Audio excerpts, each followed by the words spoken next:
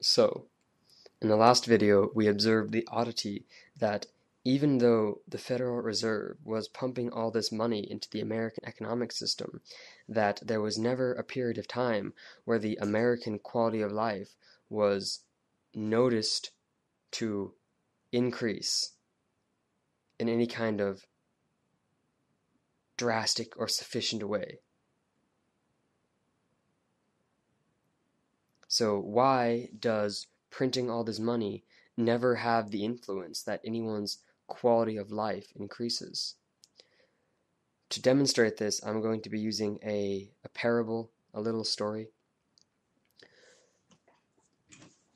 Okay, so let us say that the Federal Reserve decides to have a big bonanza, and it is going to give 300,000 of your average American citizens $3 million each. So, we are not going to be looking at all 300,000 of these Americans. We're only going to be looking at 3. So each of these human symbols represents one person, and they each are suddenly given $3 million. What's going to happen? Well, a pretty normal response would be something along the lines of, let's say that this guy over here wants to use this money to build his family a $3 million house. So what's he going to do? He might go over to this guy, who is a construction worker, and say, "Hello, how would you like to come over to my property and I will employ you for the average going rate for a construction worker to come help me build this $3 million house?"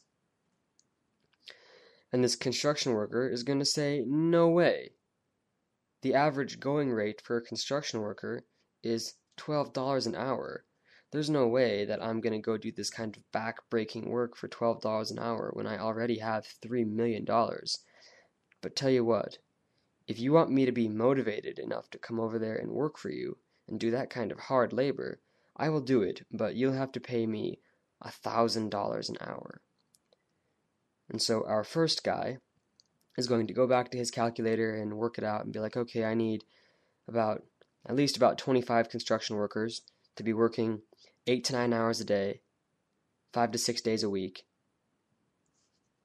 for at least about a year to build this house at $1,000 an hour, plus the cost of materials and equipment. Then he's going to be like, oh fuck, building this house is going to cost me $220 million. I can't afford it. And so he's not really rich anymore. He has a lot of money, but he's not really rich. So who's going to be willing to take his money? Let's say that the government forgot the state of Hawaii. They forgot them, and so nobody got any $3 million in Hawaii. So to Hawaii, the state of Hawaii, $3 million is still worth $3 million. So everyone just ends up taking a 3-month vacation to Hawaii or Costa Rica or some place where their money is still accepted. But when they get back, everyone realizes, oh fuck, we were all on vacation and no one was tending the fields, so we don't have any food. And then a week after that, when everyone's ravenously hungry, a loaf of bread costs $20 million. So what happened?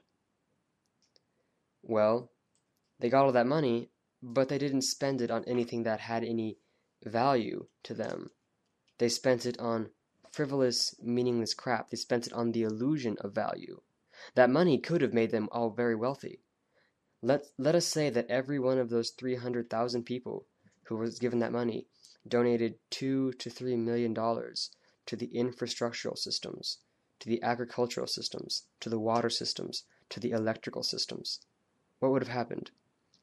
They would have had higher quality water for cheap for the next 100 years, guaranteed. Higher quality food for cheap for the next 100 years. For their children and grandchildren, higher quality food. Cheaper power, more efficient power for the next 100 years. That's wealth. That's what could have been done with that money. But that's not typically what happens with anyone. So let's take a look at a more realistic portrayal of what's happening. Let's take these three human symbols, and now they all represent the 300,000 people. So each one of these human symbols represents 100,000 people. And then let's take one guy and put him up here, and this one man gets privy access to the Federal Reserve money. So now he gets $3 million. And not only does he get $3 million, he can basically, in effect, have $3 million whenever he wants. But only one at a time, because you don't want to make things look too suspicious. So he can have this $3 million, and he gets $3 million, and now he's rich. He's wealthy. To these 300,000 people, that $3 million is still worth $3 million. So he can build that $3 million house. And when he does, and he spends all that money, what happens? Now these 300,000 people have it. So they each have an extra $10 that wouldn't have existed had this man not been given that money from the Federal Reserve.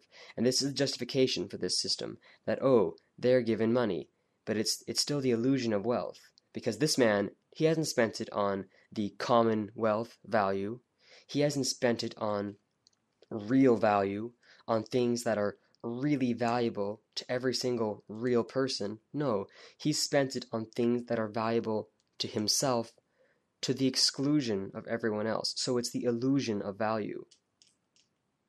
Do you see? And now that each of these people have $10 extra, what are they going to spend it on? Maybe not they can't afford a vacation, but they're going to spend it on something else that represents that experience of a vacation, the symbol of a vacation. Maybe some tequila. They might buy some tequila with that $10, that 10 extra dollars that they have. And so let's say that instead of just having one elite aristocrat up here getting $3 million, we have like 100. And so these people keep getting this illusion of wealth, and they keep spending it on tequila. In the end, the effect is the exact same, that the elites up here are getting the money and then funneling it down to the poor people. The effect is the exact same as if the poor people were given it all at once.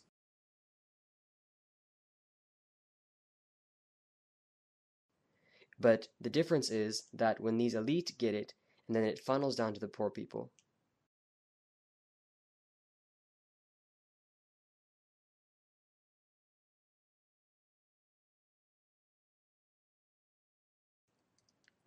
the effect is that instead of coming back and the entire system has collapsed, instead of coming back from the vacation and the entire system is collapsed, the distortion of wealth and value happens incrementally.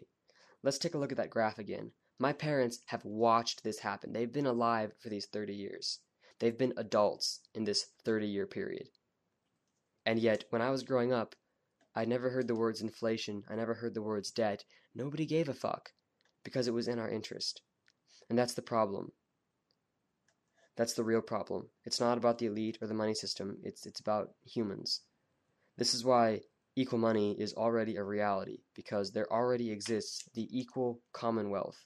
The real value in this world is really valuable to every human, to the real values of every human, and not the superficial illusion of value that exists exclusively to some at the expense of others. That's not real value. That's the distortion of value. So with regards to equal money, it's not really about accepting it or not accepting it. It's about whether or not we are going to be able to acknowledge its existence.